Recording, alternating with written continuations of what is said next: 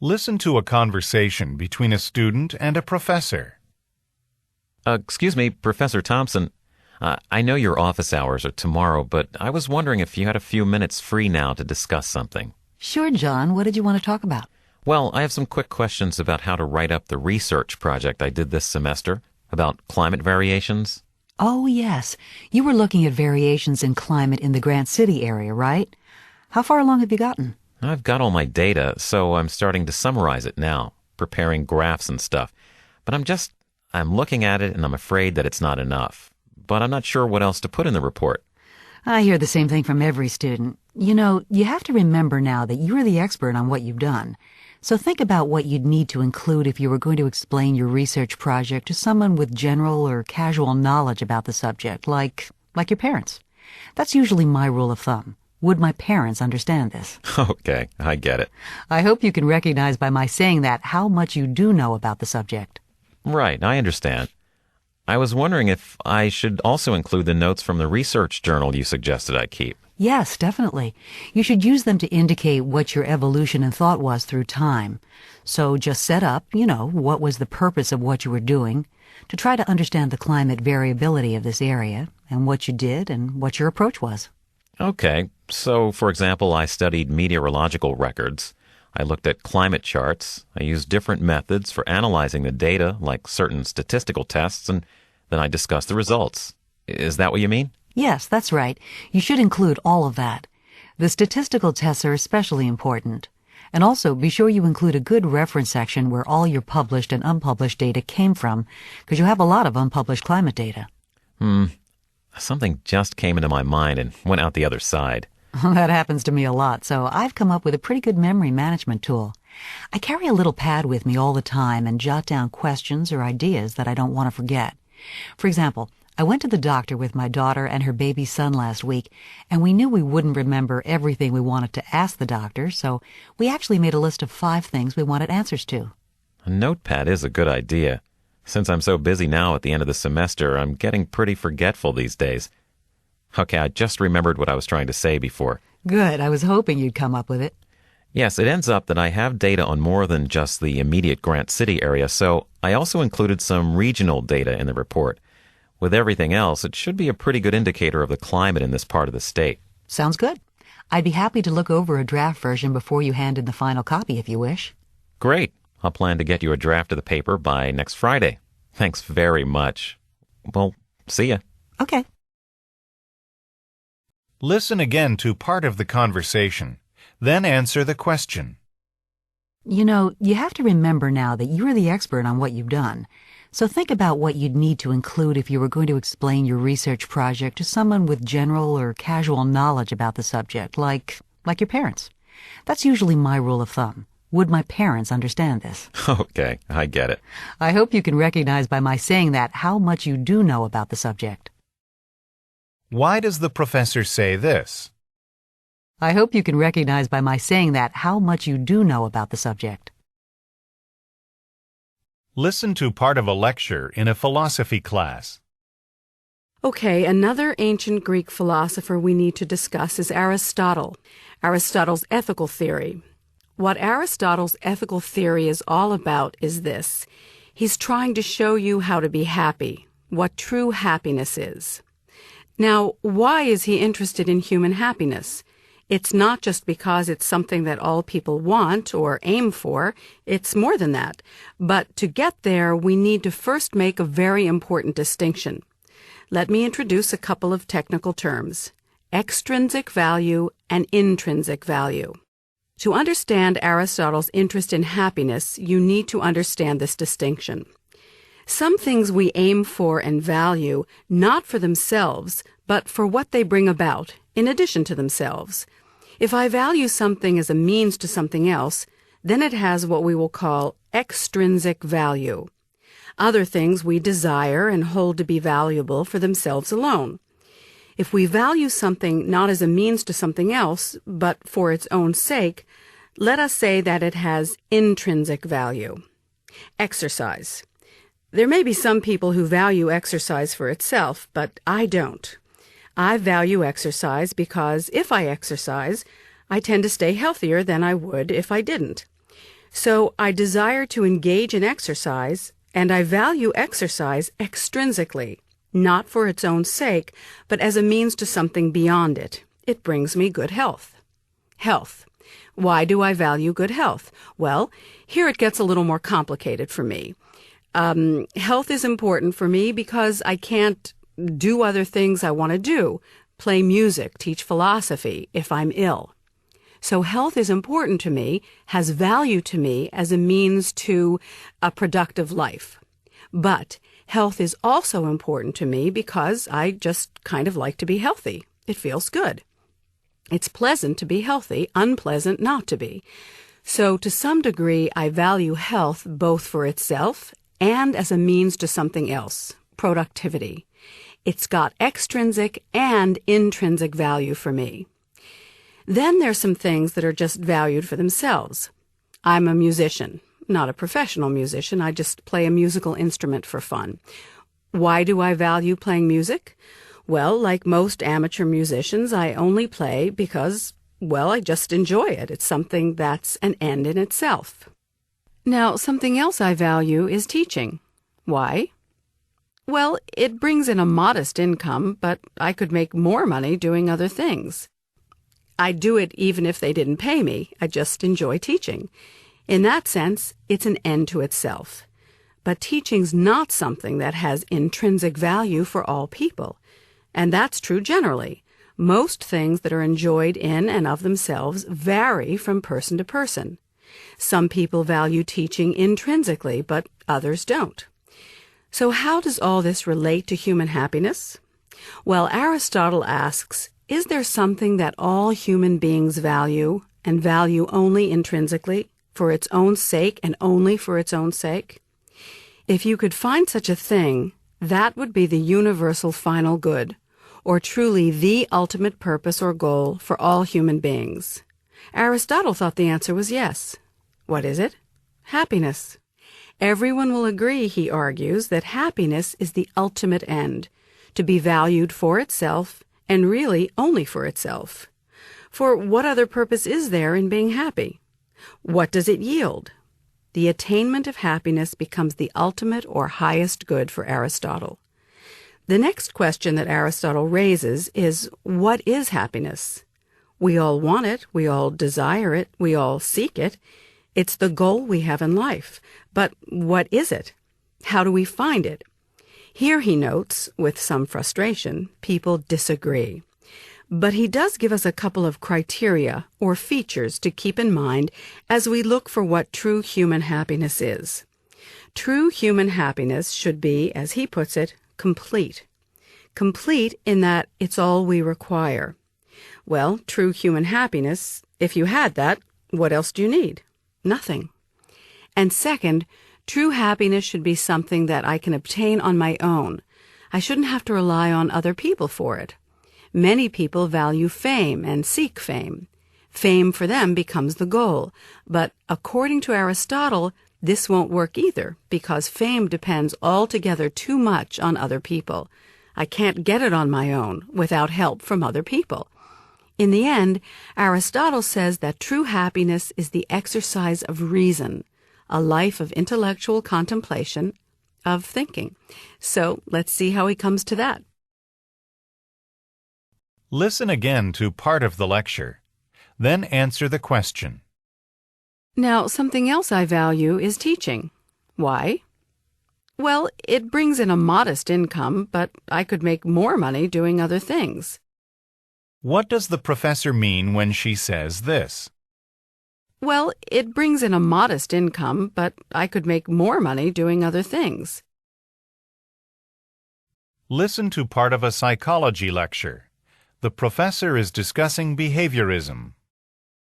Now, many people consider John Watson to be the founder of behaviorism, and like other behaviorists, he believed that psychologists should study only the behaviors they can observe and measure. They're not interested in mental processes. While a person could describe his thoughts, no one else can see or hear them to verify the accuracy of his report. But one thing you can observe is muscular habits. What Watson did was to observe muscular habits because he viewed them as a manifestation of thinking. One kind of habit that he studied are laryngeal habits. Watson thought laryngeal habits, from larynx, in other words, related to the voice box. He thought those habits were an expression of thinking. He argued that for very young children, thinking is really talking out loud to oneself, because they talk out loud even if they're not trying to communicate with someone in particular. As the individual matures, that overt talking to oneself becomes covert talking to oneself. But thinking still shows up as a laryngeal habit. One of the bits of evidence that supports this is that when people are trying to solve a problem, they typically have increased muscular activity in the throat region. That is, if you put electrodes on the throat and measure muscle potential, muscle activity, you discover that when people are thinking, like if they're diligently trying to solve a problem, that there is muscular activity in the throat region. So Watson made the argument that problem solving, or thinking, can be defined as a set of behaviors, a set of responses. And in this case, the response he observed was the throat activity. That's what he means when he calls it a laryngeal habit. Now, as I am thinking about what I'm going to be saying, my muscles in my throat are responding. So thinking can be measured as muscle activity. Now, the motor theory... Yes? Professor Blake, did he happen to look at people who sign? I mean, deaf people? He did indeed. And to jump ahead, what one finds in deaf individuals who use sign language, when they're given problems of various kinds, they have muscular changes in their hands when they're trying to solve a problem. Muscle changes in the hand, just like the muscular changes going on in the throat region for speaking individuals. So, for Watson, thinking is identical with the activity of muscles. A related concept of thinking was developed by William James. It's called ideomotor action. Ideomotor action is an activity that occurs without our noticing it, without our being aware of it. I'll give you one simple example.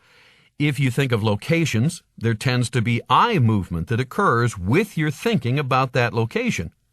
In particular, from where we're sitting, imagine that you're asked to think of our university library. Well, if you close your eyes and think of the library, and if you're sitting directly facing me, then according to this notion, your eyeballs will move slightly to the left, to your left, because the library's in that general direction.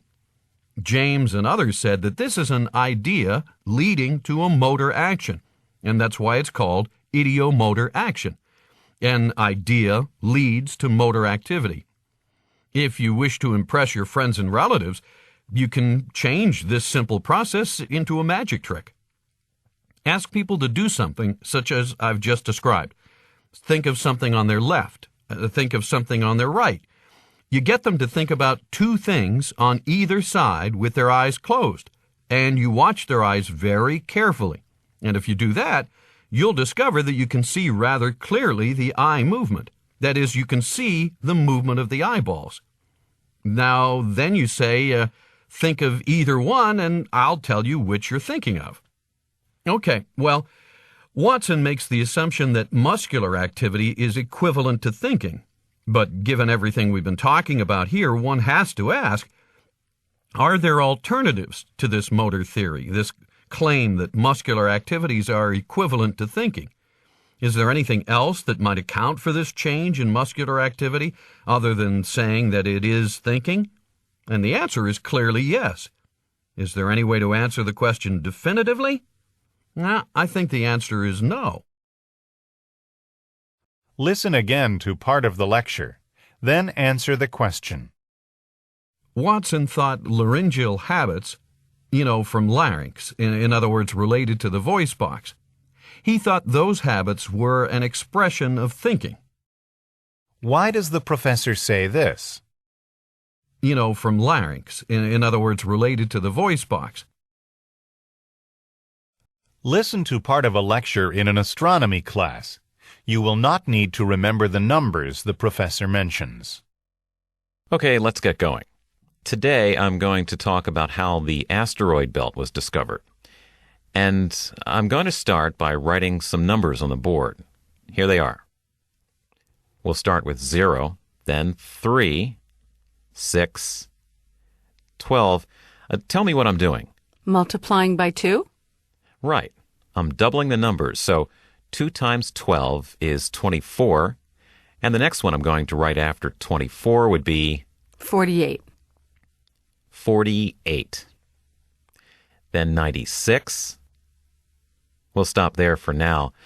Now I'll write another row of numbers under that. Tell me what I'm doing. 4, 7, 10. How am I getting this second row? Adding 4 to the numbers in the first row. I'm adding 4 to each number in the first row to give you a second row. So the last two will be 52, 100, and now tell me what I'm doing. Putting in a decimal?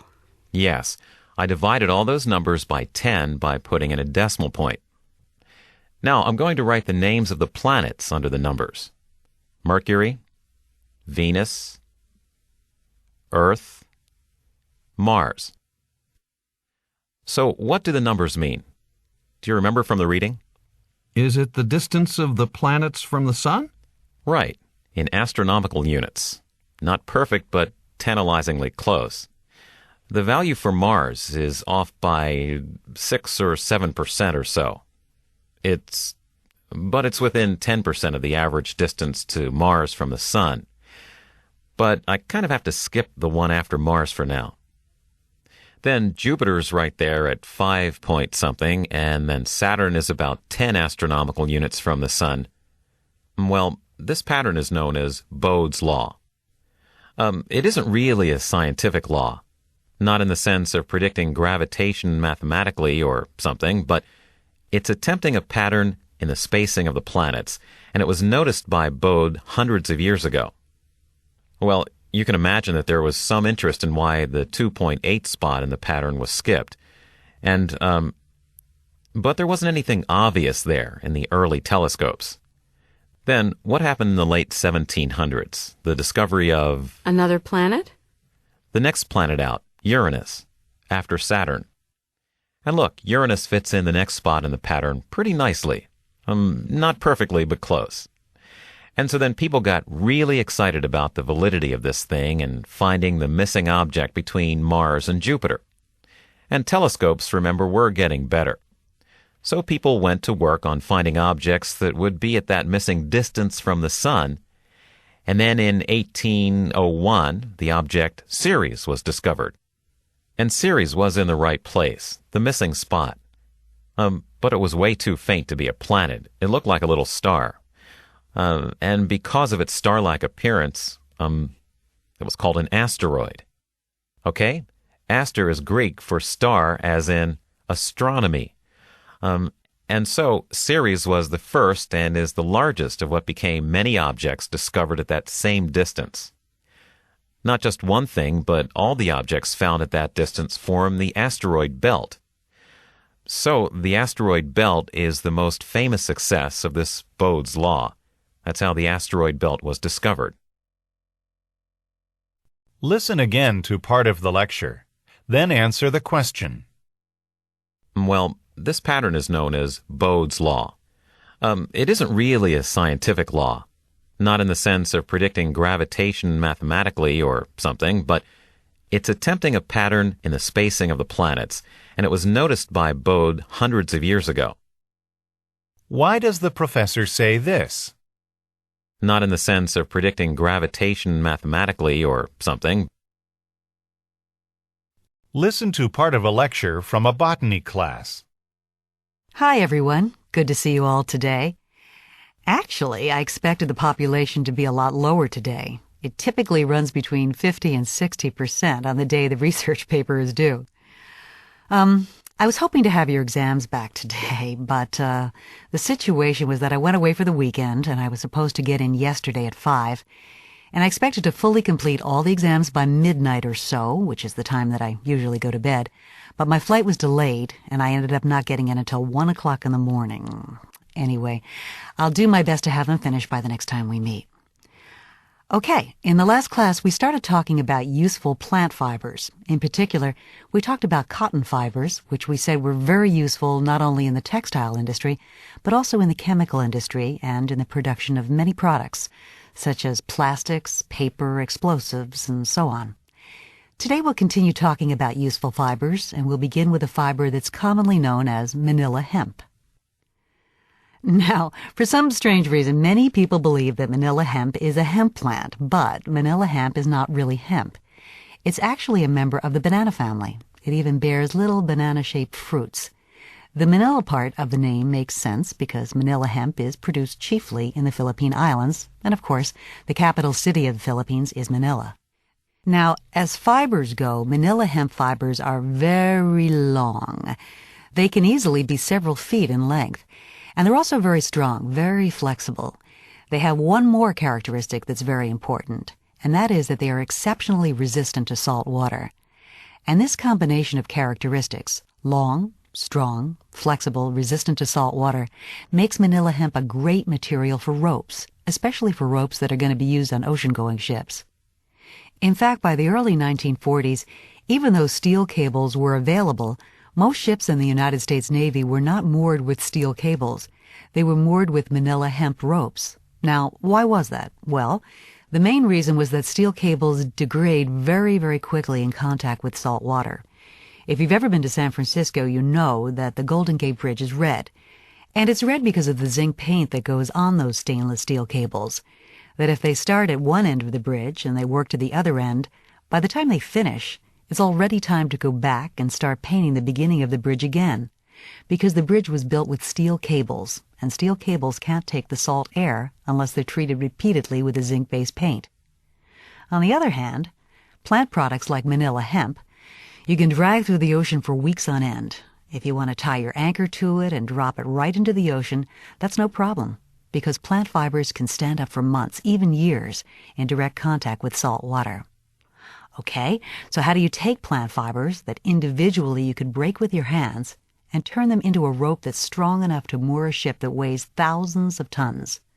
Well, what you do is extract these long fibers from the manila hemp plant, and then you take several of these fibers and you group them into a bundle, because by grouping the fibers you greatly increase their breaking strength.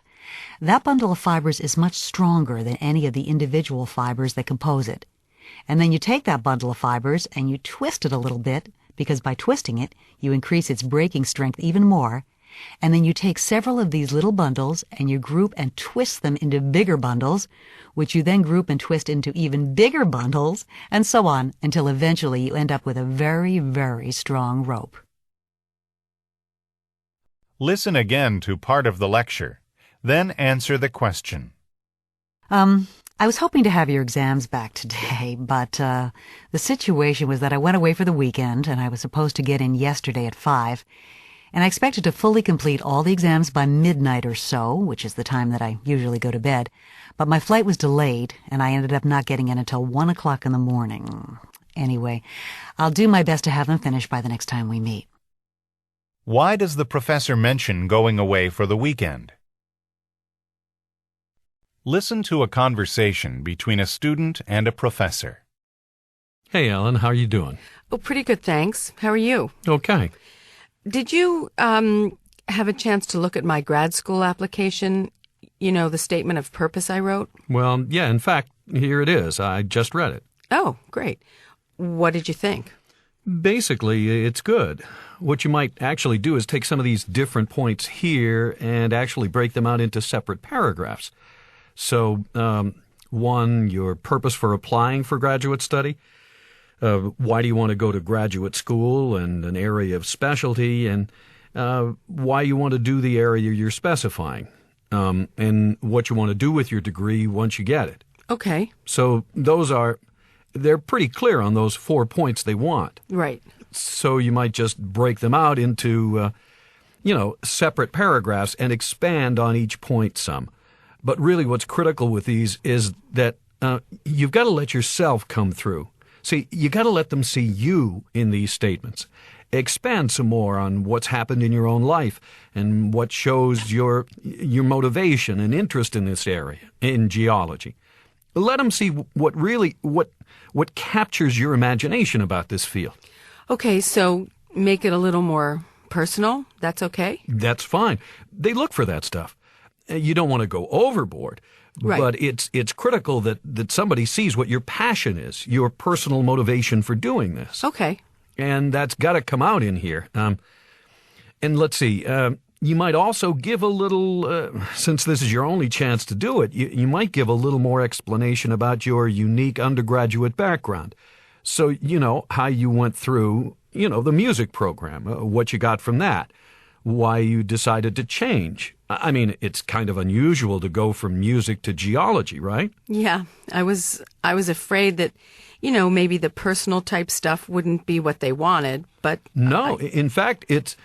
give an example. I had a friend when I was an undergrad, went to medical school, and he put on his med school application, and he could actually tell if somebody actually read it, because he had asthma. And the reason that he wanted to go to med school was he said he wanted to do sports medicine because he had this real interest.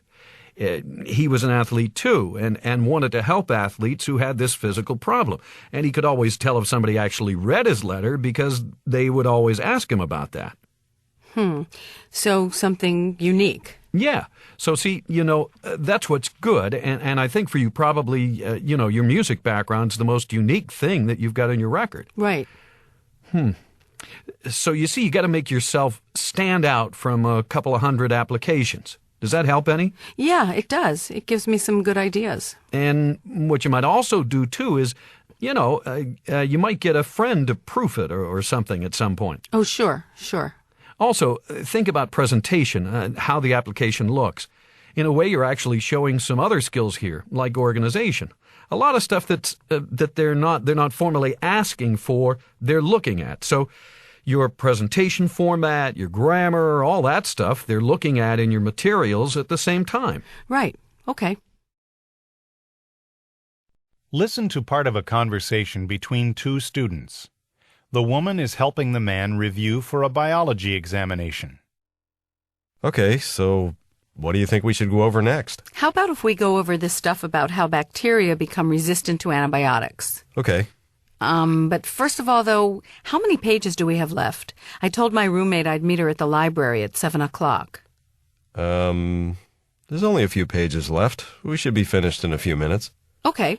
So, About how bacteria become resistant to antibiotics. Oh, yeah, okay. So you know that some bacteria cells are able to resist the drugs we use against them, and that's because they have these special genes that, protect them from the drugs. Right. If I remember correctly, I think the genes, weaken the antibiotics or, stop the antibiotics from getting into the bacteria cell, something like that? Exactly. So when bacteria have these genes, it's very difficult for the antibiotics to kill the bacteria. Right. So do you remember what those genes are called? Resistance genes. Resistance genes, right. Resistance genes, okay. And that makes sense, right? Because they help the bacteria resist the antibiotics. Yeah, that makes sense, okay. Okay, but the question is, how do bacteria get the resistance genes? How do they get the resistance genes? They just inherit them from the parent cell, right? Okay, yeah, that's true. They can inherit them from the parent cell, but that's not what I'm talking about. Okay. I'm talking about how they get resistance genes from other cells in their environment. From the other cells around them. Oh, I see what you mean. Is that stuff about hopping genes or something like that? Right, although actually they're called jumping genes, not hopping genes. Oh, okay. Jumping genes. Yeah, but they have another name, too, that I can't think of. Let me see if I can find it here in the book. I think it's probably on... Oh, okay, here it is. Transposons. That's what they're called. Let me see. Okay. Transposons. So, transposon is another name for a jumping gene? Right. And these transposons are, like little bits of DNA that are able to move from one cell to another. That's why they're called jumping genes. They kind of jump from one cell to another. Okay. And these transposons are how resistance genes are able to get from one bacteria cell to another bacteria cell. What happens is that a resistance gene from one cell attaches itself to a transposon, and then when the transposon jumps to another cell, the other cell gets the resistance gene, and right. That's how it becomes resistant to antibiotics. Right. Wow, that's really cool. So that's how it happens. That's how it happens. Why does the woman say this? But first of all, though, how many pages do we have left? I told my roommate I'd meet her at the library at 7 o'clock.